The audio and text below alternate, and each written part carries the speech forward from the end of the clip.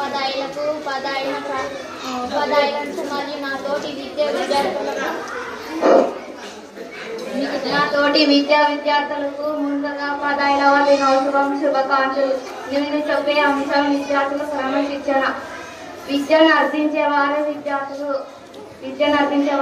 క్రమశిక్షణ అంటే సక్రమైన ప్రవర్తన కలిగి ఉండడం. నిజానికి క్రమశిక్షణ అన్ని వర్గాల వారికి అన్ని వయసుల వారికి అవసరమే.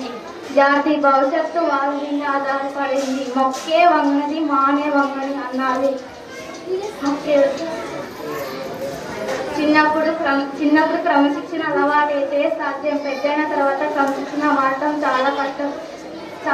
అందుకని విద్యార్థులు క్రమశిక్షణ ఉండాలి. దీన్ని వాటిని పాటించండి.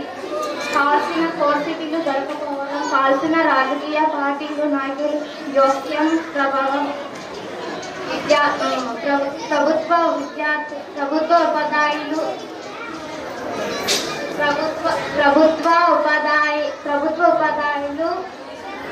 ఉపాధ్యాయులు వ్యాపారంగా చేయడం, తల్లిదండ్రుల అలసత్వం ఉంచడం. ముందుగా విద్యార్థులు క్రమశిక్షణ ఉండాలంటే క్రింది వాటిని పాటించాలి. విద్య వ్యాపారంగా మార్చే ధోరణాలు కరితంగా అనుసరించాలి. విద్యా రంగంలో అవకాశాలను అవినీతిని లీకేజ్ మాస్ కాపీయింగ్ సంప్రదాయాలను అరికట్టాలి. ఉపాధ్యాయులు చిత్తశుద్ధి ఆదర్శంగా ప్రవర్తిస్తూ బోధనకి అంకితం అవ్వాలి.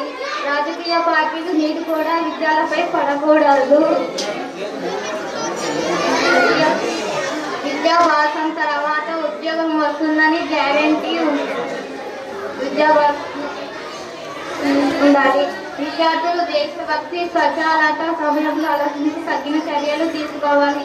నాకు చదువు చెప్పిన ఉపాధ్యాయులకు దినోత్సవం శుభాకాంక్షలు జరుపుకుంటున్నా. అందరికీ సెలవు. నాకు సెలవు. ధన్యవాదాలు.